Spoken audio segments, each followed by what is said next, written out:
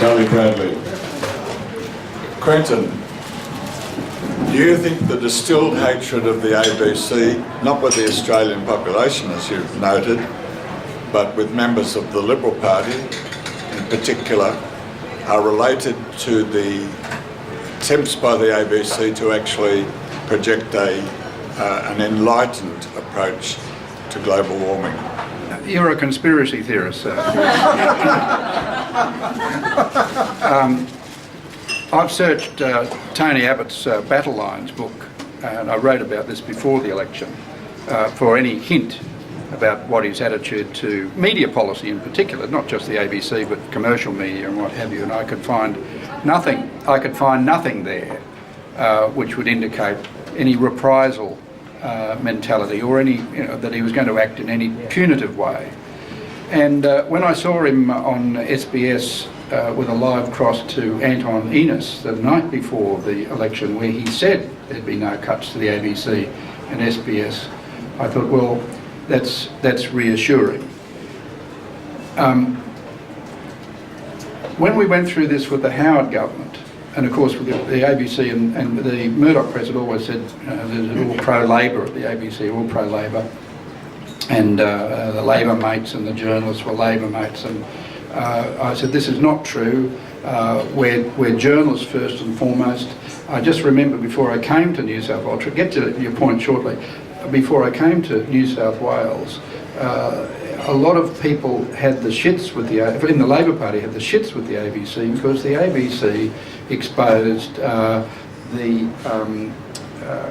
the Murray Farquhar case, remember? We're outraged. Neville Wran, and I interrogated some of my journalist colleagues. Said, well, this is what the evidence indicated. My little mate and Lionel Murphy upset the left of the Labor Party substantially. I said, well, this is a job of journalism that was being done, not only with the ABC but with the National Times and various other things, going way back into journalism here. And I thought, well, surely that would indicate to the Liberal Party that the ABC had a culture that was committed to journalism. But that wasn't the case. We never got any credit points. Even when John Howard, remember when his political career was almost destroyed effectively in 1989, we got done over by his party by Andrew Peacock. The ABC continued, as we should. He was the spokesman for industrial relations on the front bench of the Liberal Party. We continued to cover John Howard. He maintained, well, Packer and Murdoch had dumped him and said, oh, well, he's dead meat, he's got no influence anymore. While those operators had dumped him, the ABC continued to interview him. He almost had a crew car parked on his house over there in Millray Crescent, Wollstonecraft, getting what John Howard wanted to say. But when they got into government, I think the Victorian Liberals were the ones which were ideologically opposed to the ABC. I think if Peter Costello had ever become the Prime Minister, he would have sold us to Packer. Except they'd say that it's not worth anything, it's got no revenue. So I've tried to argue with Liberals along the lines of what I'm just saying. I said, look, you should be supporting. Don't get into bed with Rupert Murdoch. You will sell your souls. He will use you. Try to maintain some perspective about this, and don't let others within the Liberal Party say, well, these ABC people are all out to get us ideologically. We're not. We are trying to establish a proper, accountable culture as journalists in a free media in Australia, using the independence of the ABC, that what the taxpayers pay for, to have, you pay my salary on the basis of this guy is going to be fair dinkum and try to do a good job of journalism. And that's what the peer pressure is within a vibrant culture inside the ABC. When you see a piece of good journalism, you say that is good. When you see some bad journalism, of course, you criticise it and you say it's falling down and all that sort of thing. The attack on anybody who reported on climate change with an acceptance of the science, although Morris Newman said we've got to be sceptical, I said yes, we do have to be sceptical of any claim, particularly one pushed by governments. that this was a factor that had to be factored in. But all the journalists did that. All the critical, sceptical people of standing have been given coverage on the ABC as we should. But I think our ideological critics want us to go further. They want us to be propaganda arms. They do not want an independent, editorially robust, accountable public broadcasting system capable of listening to all voices in a democracy. So some people may well have been running agendas because the ABC gave coverage to climate change. Regrettably, our chairman, Jim Spiegelman, he set up an audit of editorial selection. You know, he thought, well, maybe it's what the ABC picks. It's all sort of inner city, you know, people who are well educated in the ABC, and they've got more interest in marriage equality or gay marriage than they have in the price of electricity, which is absolute bullshit. And I asked the chairman in an article I wrote, please don't do this. You are typecasting the ABC as coming with an inner city Chardonnay, you know, the usual typecasting of the ABC. Please don't do this. We're accountable under the Act.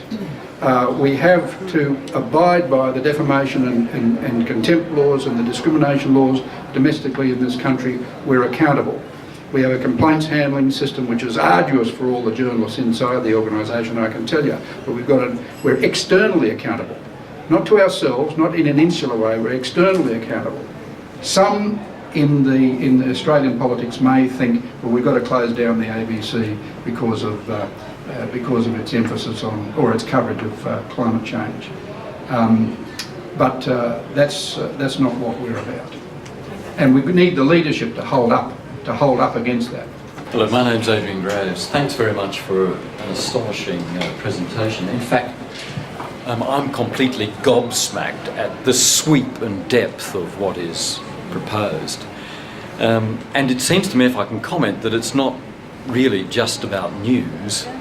It's about the ABC as an institution which enriches Australian culture, which has an educational role, which brings us science. I mean, I have no other broadcaster in Australia that does those sorts of things.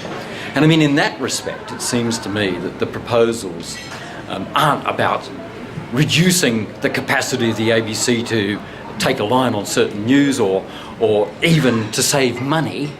It's more cynically about, it's an attack on, essentially on a critical part of Australian democracy. It's about the destruction, really it's an assault on civil society. But I don't see the Labor Party standing up for the ABC. I don't even see the Greens standing up for the ABC. So what are the options open to us to join a fight to save the ABC under these circumstances?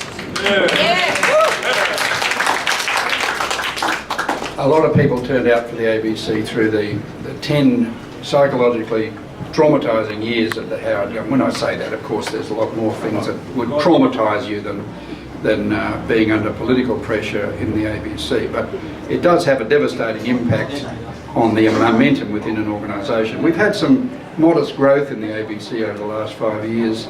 The Rudd-Gillard government gave us a little bit more money, and which has enabled us to expand some of the programming in the place, particularly in regional areas, and we're very grateful for that, because it's a wonderful thing to have a little bit of growth in an organisation rather than the management mindset having to be to manage down all the time. So we've had some modest enhancements, and we're a major success in digital broadcasting. As I said, we've got the advantage, the very cost-effective advantage of using all the material that is gathered and building on it. And we're building, if you go onto the ABC websites, they're quite extensive now, and doing all the things that you have acknowledged is what a public broadcaster should be doing. What can we do about it? Well, all I'm doing is, and all my colleagues in the ABC, is trying to make the public aware of it.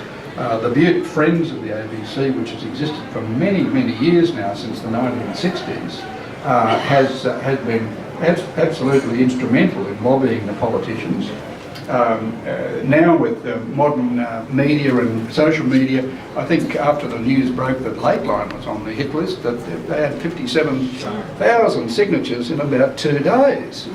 So the pollies know. They know it's an issue. But every time I talk to Anthony Green, the ABC's wonderful cephalogist, I say, does the ABC ever rate as a political issue? You know, like education and terrorism? No, he says it's there, but it's nowhere near the top of the issues that are going to upset people. It's important in marginal seats, in people. A lot of Liberal and National voters like us, like the ABC. They didn't like Kerry O'Brien's interviews, and one week I was cowardly. I said. During the Howard years, I thought, well, if only we could offer Kerry up as a human sacrifice. And I never realised that was a very cowardly thing to do. I'm sorry I even said it. To save all these wonderful broadcasters, of course, we're not going to do that. We have to stand there. And he's done a wonderful job, Kerry, over the years, a great contribution. So all we can do is inform. It becomes part of the politics of Australia. What is done to what is about to be done to the ABC and SBS. Never forget SBS too. As I said, it's very important that we sustain SBS. I think they're in. I'm not ruling them out as allies. I'm sure they're both terrorised by Rupert, and we do give them a run on the ABC. So I'm sure they'll come out for us in due course. But at this stage, I'm sorry, all I've got for you is in what I call informed speculation. If they ring up the ABC and say what's going on, they'll say, well, no decision has been made. They'll hold on to that announcement. We've got this information because we've got concerned managers inside the ABC who said, hey, Quint, you better get onto this. This is what's in store. And you notice, I've been saying this for about the last month. And each piece of information I've put out, management's never denied it. So George, we've got that cocked up. No, that's wrong. They haven't denied any of it. My name is Chandran. I'm from the committee. My question is about what Malcolm Turnbull said last week, I think. He said the ABC should really look at the backroom operations, and he used the word lazy option to cut the frontline programming. Now, is he really trying to drive a wedge between the backroom and the frontroom staff, just trying to be mischievous? Or is there anything more to it? Malcolm's torn in a conflict of disloyalty. There's many wonderful things about Malcolm, but he walks both sides of the street. Kerry Packer warned me about this, that he had this tendency some years ago. So he gave us some cheap shots about that to the Murdoch press. He got a quote in the Murdoch press which says, oh, he's putting it up the ABC and there'll all be applause and that sort of thing. But we haven't had the benefit of the Peter Lewis review. That hasn't been published. We don't know what it says. Peter Lewis is a commercial network television finance executive. I'm sure he's got very good ideas for profitability, to making things profitable. But the thing about the ABC is it's not a business. It is a cultural institution with charter obligations under an Act of the Parliament of Australia, which has existed for so long. So then there's a quality assurance element about that, and that is all the skills training that has to go on, the benchmarks that has to be reached, the lawyering, the lawyers that have to vet so that all you taxpayers aren't put at unnecessary risk if we're about to kick somebody in the shins or put something that's defamatory about anybody. We have to reach a very high standard, or strive to reach a very high standard. So that is a great consideration of how we operate. Now, back office, I've tried to indicate that what we hear is in part of the contingency plan is not back office. If they save 40, 50 million on the transmission savings over future years, That's still going to be a cut to ABC2 and SBS2. That's a cut to services. The ABC and SBS have helped drive the Australian public to take up digital television. And now we've switched off analogue transmission. It's already saved the communication department a lot of money. But transmission is very expensive. And that is not back office. Back office, I'm sure there's some waste in the ABC and SBS. I'm sure there is. There's got to be. But it would only be, I think, at the margins. The bulk of the appropriation, the 864 million operational base funding, 60 or 70% of that goes on payroll. On the payroll, the recurrent payroll costs of those full-time equivalent staff and the casuals and everybody else. So we've got the benefit of technology, but we still need the people to make the program. So broadcasting and now digital broadcasting is a people business. So savings would only be, back office would only be at the margins. I think Malcolm's making this up as he goes along. Who are friends of the ABC? Is Mark Scott a friend of the ABC?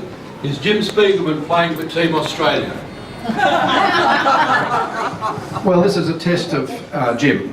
For the first, he's been the Chief Justice of New South Wales, and he knows the history of the ABC. He's a political atom. Well, it's a challenge, Chris. It's a challenge for him. He's got a 5-year appointment. I think he's 2.5 years into his term as the ABC. He sought the job. He sought the job, and Tony Abbott, as opposition leader at the time, accepted, I think it was Julia Gillard, as Prime Minister at the time, the appointment of James Spiegelman as the chairman of the ABC. And I'm sure he's looking at what he can do. He's not come out rhetorically with his fists at the moment to say, don't do this, do that, because the standoff is in getting this precise figure. What the finance people said is, Quentin, we need to know the precise figure of future funding of the ABC set, and we'll know for sure in the mid-year economic and financial outlook, the MYEFO, and the Department of Finance, instructed by the Expenditure Review Committee of the Cabinet, will determine that global envelope. And then Spiegelman will have to say what they're going to do. They have been arguing, I'm telling you, they have certainly been arguing since the Lewis report about what is doable and what is not doable. And Mark Scott, to his credit, would say, of course, if anybody's got any ideas about efficiencies, I want to hear them. Why wouldn't you, as Chief Executive, want to hear anybody's ideas? There's waste or inefficiency anywhere, you'd want to do that. And I'm sure that's what's happened behind closed doors. But the ABC, I think, is in a difficult situation because of this coercive tactics of a down payment followed by a cut to say we want to minimise the cut. So all these contingency plans can be reduced because we've been able to claw back on the amount of savings that they want. It's not only the ABC, by the way, it's a whole lot of other government agencies that are affected by the MYEFO. We're doing all we can to get the government to claw back. Mohammed Hanif was extremely lucky. He didn't get stitched up for the SIM card because he had a very courageous solicitor and journalist at the Australian released stuff that eventually led to him being released. There was new laws passed then by Johnny Howard in the War on Terror to toughen things up and try and stop things like that being released. With these new laws that Abbott's bringing in, does that make it harder again? You're right. Stephen Kime was the Queensland solicitor who took his concerns about Hanif to Hedley Thomas, then with the Australian, to great credit to the Australian, which put that on the front page, and that was the illuminating publicity which really pulled the authorities on about the arrest of Hanif. That was a good act of journalism and from information. Hedley, Media Watch did this the other day, and you could go back on the Media Watch and look at it and look at their transcript. And Hedley Thomas said that the current legislation, the counter-terrorism legislation, would not have affected his reporting of the Mohammed Hanif case. We've got to be quite particular about this, and I've tried to be in those remarks. It's this application of the special intelligence operation approved by the Attorney General, inscrutably by the Attorney General, which would then, anybody who reported on those things would be subject, anybody, not just the journalists, anybody who reported on those things would be subject to these penalties, because they'd say, well, it's in the national interest and you daren't report on an SIO because there's a public safety issue. So you've got to be careful about exactly what's at stake. I know George Brandis the other day said this is not an attack on journalism, this is an attack on those forces who wanted to, terrorist forces that wanted to damage Australia. Likewise with the foreign fighters bill, we've got to be careful about exactly how journalism would be impacted. To get all the media outfits together to make a joint submission is significant, and I'm very glad that that's been done collectively. And we're really hoping that the current government can think seriously about this, because the tensions are already heightened already, and you have to be very careful about that, not to escalate beyond what is a reasonable and understandable threat. But there's a lot of material coming out now. There's a lot of websites and analysis of people who have applied themselves to what's at stake here. What can we as ordinary human beings do to publicise all of those services threatened? And how could I get access to the list that you've just provided in a way that would make it seem reasonably credible? I said when I delivered that element of the speech to the Friends rally and Get Up rally outside the ABC last week. So is that available online for us? Yes, it is. It's on the Friends of the ABC's website. But you'll also notice other reportage that Kate Tawney, the Director of News, has not denied any of it, and she said, we don't know, we have made no decisions, but there would have to be major change to the ABC. Quentin, thank you very much.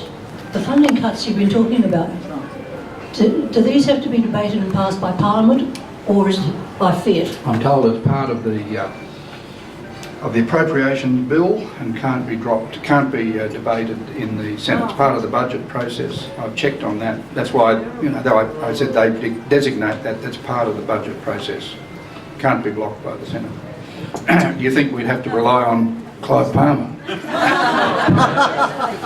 Clive might help us, I don't know. But I'm a Labor man, and I reckon the ABC's biased against Labor. That way. Why I say that, and it's harking back to something you mentioned before. Murdoch's right faction or left faction? Murdoch's influence on the ABC News is startling to me, because they have a thing called a news poll or something, and that's the only one that's ever quoted on the ABC. They never quote Morgan, they never quote the others, which are always in opposition. I don't know if that's so. I think I've heard Essential, element of a consumer of the stuff, Essential Media is quoted.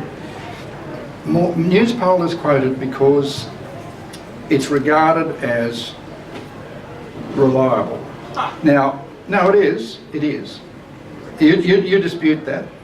I dispute it, absolutely. Essential Media, there are other pollsters. Essential Media is in the game now, and it is quoted. The thing about covering polling is that you have to say, was it a phone poll? Was it a face-to-face poll? What was the sample? And give that information. And what was the bloody question asked?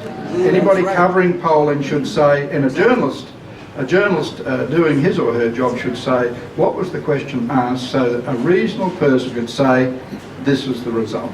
And the cephalogist Anthony Green and Barry Cassidy used to do this on Insiders, is to track the numbers of polls and said, what is the reasonable range? And get to some degree of precision in the coverage of the polling. I challenge you on the Sunday morning. They have all the polls and the results are quite different. I'm saying that the Morgan poll is a bigger poll and it's a better spread, And it gives the opposite result every time. I don't think there's a bias against the Morgan poll. That's what Murdoch's got anything to do with it, it's rigged. Well, I'm sure you can rig polls. There's corruption everywhere, sir.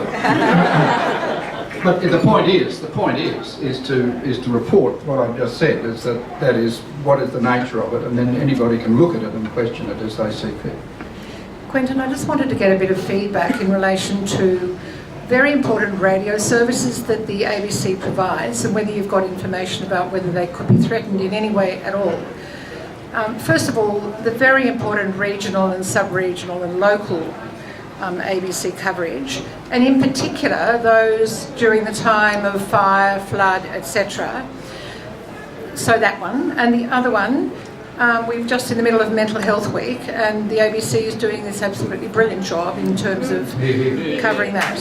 So are those kind of things going to be affected or not? I don't know. I've indicated all that I do know about local radio, and what Mark has said about programming which skews old. Local radio is quite expensive, and I'm saying, look, of course you could halve the ABC's operational costs if you networked everything out of Sydney, but we're already Sydney-centric. Over 2,000 of the staff work at Ultimo, and the charter requires us to be geographically and culturally diverse. That costs a lot of money. And the tendency of management and bean counters is to say, well, let's get rid of all that. Let's centralise. Use the technology to centralise.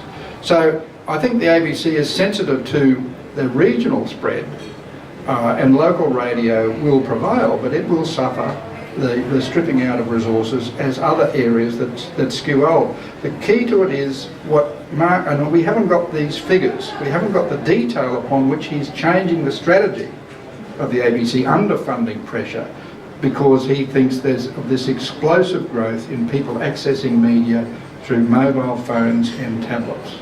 He says we've got about 60% of the audience who come to the ABC each week on television. We've got about 50%, I'm sorry, I haven't got the exact figure, 60 is right, about 45% who come to radio, only about 25% come to the ABC, access the ABC content in mobiles and phones. Most young people don't watch primetime television anymore.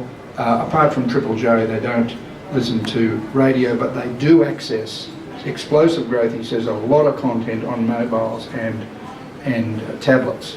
And that's where he says that efficiency has to be addressed. I'm as concerned as you, particularly in emergency reporting, about what we call live and local. That there's an ABC regional radio, we've got them in the major centres around Australia, that prevails. That is our bridge to localism. It's absolutely vital.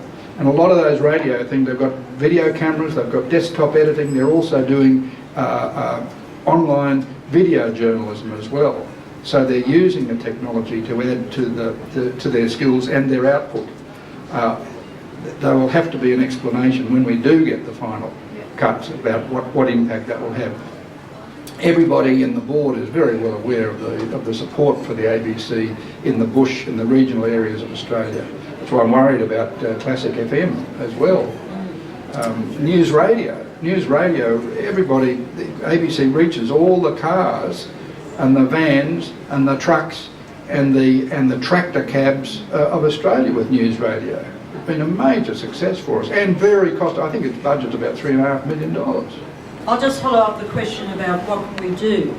Now, I actually wrote the title for this topic, and I said not about the cuts to the ABC by Abbott, but it's disempowering democracy. Now, democracy includes having an effective opposition as well as the government. So do you know, and could you tell us, because we've got a lot of activists here tonight, who actually is the Labor shadow minister for, for communications? Who is he or she? Jason Clare. Jason Clare. What is he doing? We need to know so we can put pressure if needed. Well, I'm not a member of the parliament. No, but you don't know. No, but you know these. But you'd be aware.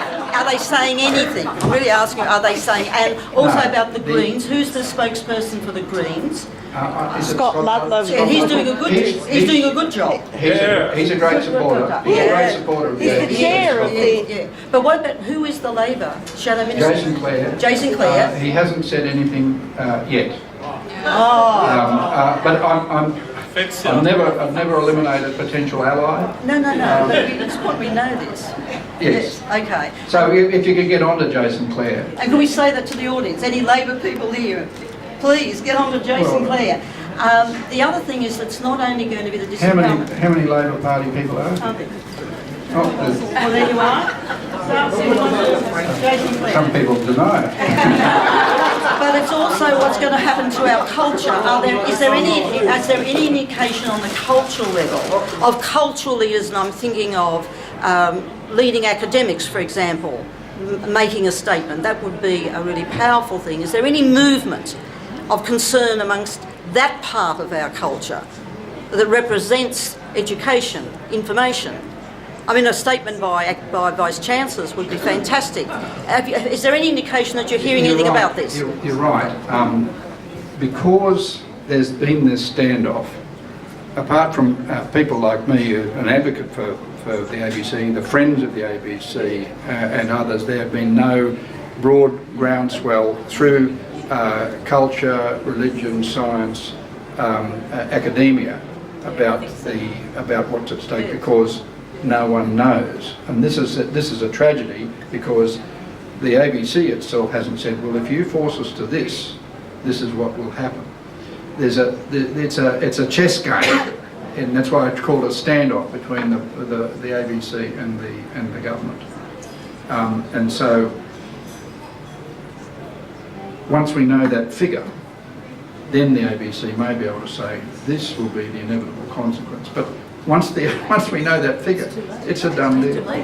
Next question. I'm sorry, you're right to pose that question, Wynne, but no one's motivated, or no one's. We are. I know you are, but all the other people. Yeah. Following your question, Wynne, this is just right out of there, sort of left of field or right of field or whatever field it is. In terms of private or vested interest, what you mentioned was like the SBS is changing its advertising funding model, so that will affect commercial media companies. So are there, in your view, or are there other kind of vested interests that could possibly work to the advantage of the ABC or SBS? I'm just thinking, out there, both not just domestically but internationally. You're right. In the history of the ABC, the commercial networks did keep us clear of advertising because they said they didn't want a subsidised, taxpayer-funded outfit like the ABC competing with advertising. Even though silly Fairfax and the Fin Review used to say the ABC must take advertising. I said, well, if you're a shareholder, Fairfax, you say, what the hell are you doing? We're not going to distribute, not going to use the advertising revenue. SBS's take from advertising is about 50 million a year. They did want to turn it under the Carla Zampatti board with Gerald Stone on the board. They did want to turn it into the fourth commercial television network. The free TV, it used to be called FACS, the Australian Federation of Commercial Television Stations, didn't object to it because it was at the margins. They may well object to it that another player, particularly as Channel 10's in desperate. We want Channel 10 to survive, whether it's owned by Lachlan Murdoch or not. We want diverse media and viable commercial operators, as well as the ABC, have a complementary and vibrant media sector. But convergence is changing all this. The digital revolution is changing all this. We don't know there's audience trends there. We don't know when they're going to peak on mobiles and tablets. At the moment there's a rush that way. We've got a transmission system that goes all around Australia. All those transmission towers and radio, and now in digital television, that's all around Australia. But the nature of the broadcasting is changing because of that. The advertising, you've seen the near destruction of Fairfax because online people go on their on their computers and go and look at a job ad. You don't have to pick up the paper. You can go at 2 o'clock in the morning and find out, I want to change, get away out of this awful job, or buy a car, or look at some property. That's changed the nature of advertising in print. It's changing the nature of advertising, the heft of advertising in commercial television. But I'm sure that these commercial operators don't want any other body getting in there and competing for very scarce advertising. Yes, they could help us. Given that you mentioned all those wonderful news and current affairs shows that are seem doomed at this point, I think that Clark and Dorr, Sean McAuliffe, The Code and non-SBS Legally Brown are among the most politically charged programs on television at the moment. I would like to ask you though, further to the programming, have you heard anything about the government perhaps selling off capital assets, buildings? The ABC's got capital assets all around the country. We've got some big ones in Adelaide and Perth, I think. There have been some reinvestments in Melbourne. We've got the huge building here in Ultimo. We've got South Bank in Brisbane, state of the art. I'm sure they would be looking at all the property assets around the country. But again, it's dependent on the size of the cuts. I'm told we may well be able to take some SBS Melbourne operations into South Bank in Melbourne. That SBS might join us in a sharing of a building there. But I've heard nothing about the disposal of our headquarters and our offices around the country. Just as one of the coordinators of politics in the pub, the person who asked the question about the list of all the cuts, those of us who are in the Labor Party or got friends in the Labor Party start to put some pressure on Jason Clare with the facts that you'll be able to remind yourself, which will be on the film by Saturday. Okay? That's what we can do from this meeting, if we're really deeply... We can do a lot, because we've got a lot of facts from Quentin, thank goodness, that we can really use. Okay? I wanted to ask you a question about the reporting on SIOs, Special Intelligence Operations. So Scott Ludlam said that you wouldn't know if something was on the list until the lawyers came knocking on the door.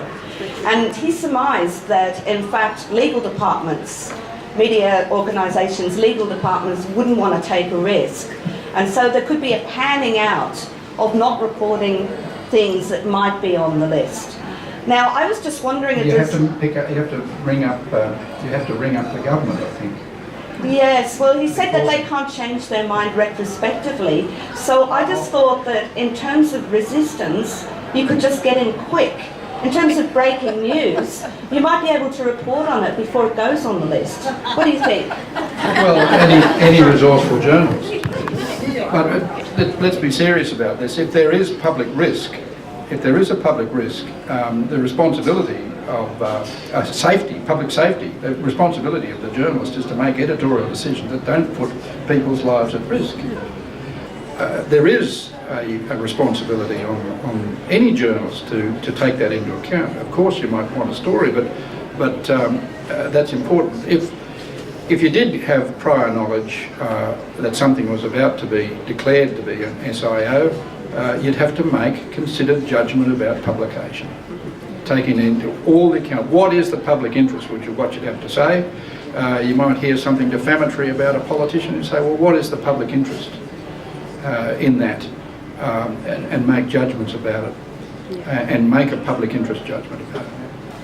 With the cutbacks and reduction of services to the ABC, I'd like some clarity on what damage is, or cutbacks, is permanent or temporary, and what is the current board able to do about that? And I'm talking about perhaps sometime in the future there is a restoration or a recuperation of the damage.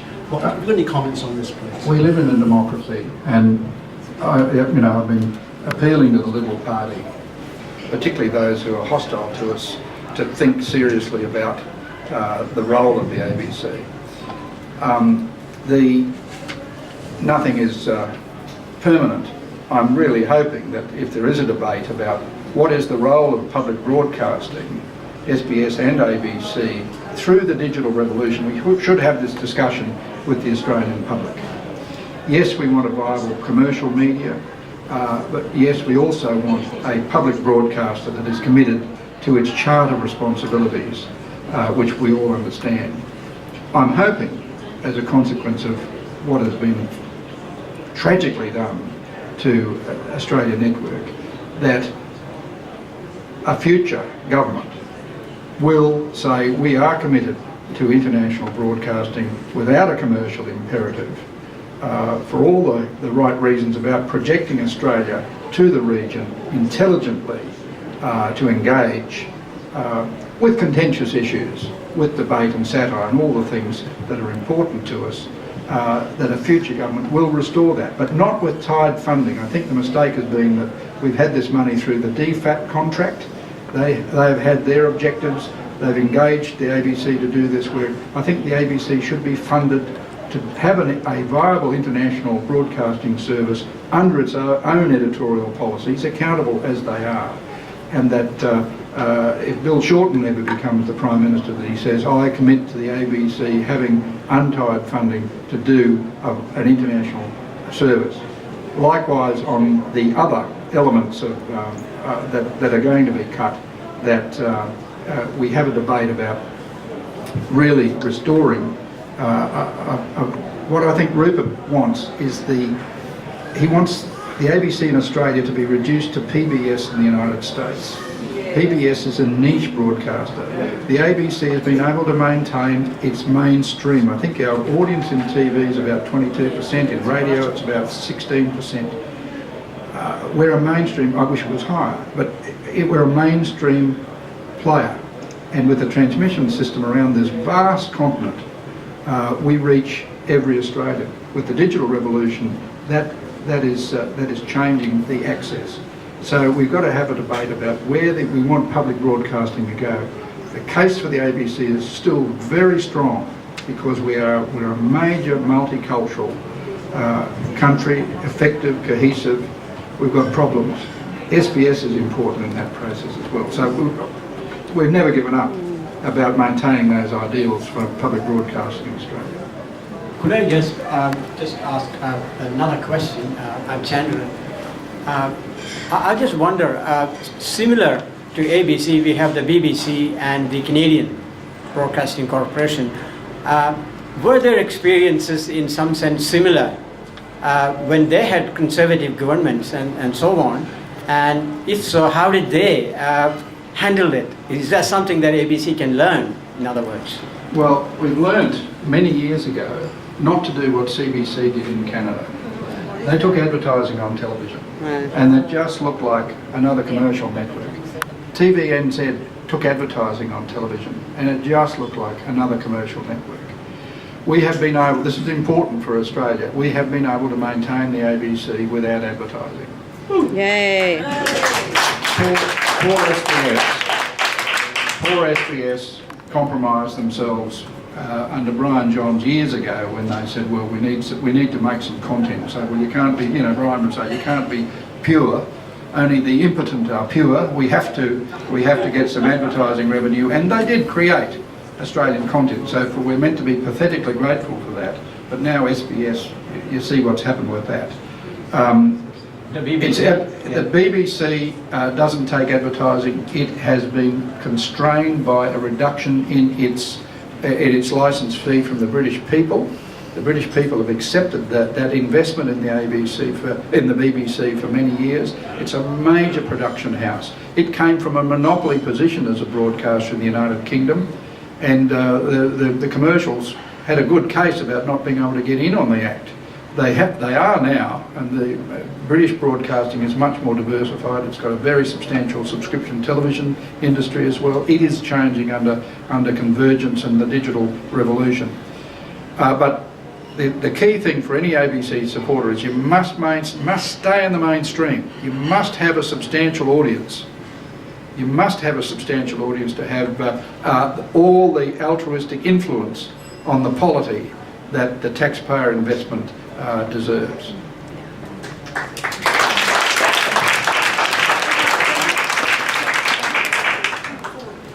Quentin, my name is Sandra Goodwin, and I'm a very fond supporter of the ABC. I have four beautiful boys who grew up on a lot of the ABC programs.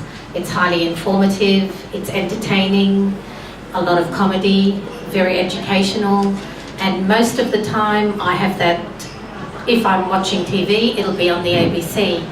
With all the cuts that are enforced, is there sort of a strategy plan to force some sort of effect in the quality of the performance and the selection criteria of programs to justify further cost cuttings as well? So is it sort of like a strategic plan to create an uncomfortable environment with the resources that they'll be restricting so they can do further cuts, and where does it stop? As I indicated earlier, it's if you have to manage down, quality inevitably suffers, and managers under the gun of living within constrained budgets can't take risks. They can't add to production values if they wanted to. They haven't got a capacity to do that. They've got to do things more on the cheap because they have to stick within what the finance department and the ABC board designates are their budgets. And if they go down year on year, of course it gets worse. And eventually it does. People will see that when they listen to the ABC and when they see the product on television. The digital revolution has enabled us to do a hell of a lot more with not much more. A hell of a lot more with not much more, and it's been absolutely exciting to be part of the ABC over the last 10 years to do that. But constrained budgets, well, everything's managed down. The other thing is I'm very new to this environment and I'm really, really enjoying it. This is my second session and I can see myself coming every week. This is it's not about Labor, it's not about Greens, it's not about the Liberal. The ABC is for the people. Yes. That's what's the ABC for. So no segregation. It's about unifying power and force and concept and action. So for something to happen, it takes action. So it doesn't matter what political denomination you come from.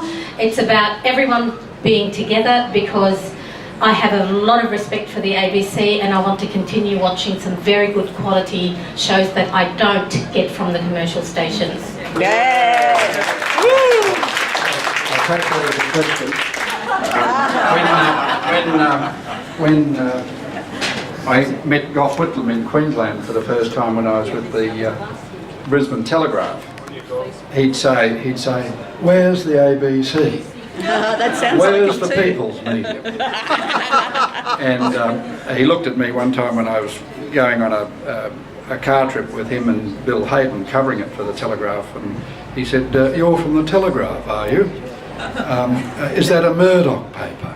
I suppose you'll be reporting us every time we fart." My only Gough Whitlam story. Well, ladies and gentlemen, we've got it all tonight with Quentin. Very informative, very intelligent, very worrying, and of course, with some humor tossed in. Now, the message here is very careful. This is democracy, and what happens to the ABC will be because of us, what we do, and unfortunately, what we don't do. So I hope that this makes you think, and you can start again by looking at the website on Saturday when you see all this thing again, and that'll give you some ideas of which way to go in terms of voicing your concern about the direction that this government's taking the ABC. This is our network, not the Liberal parties, not the Labour parties, not the Green parties. It's our network. Thank you very much. Look forward to seeing you next week. And before you go, give a big thanks to Quentin.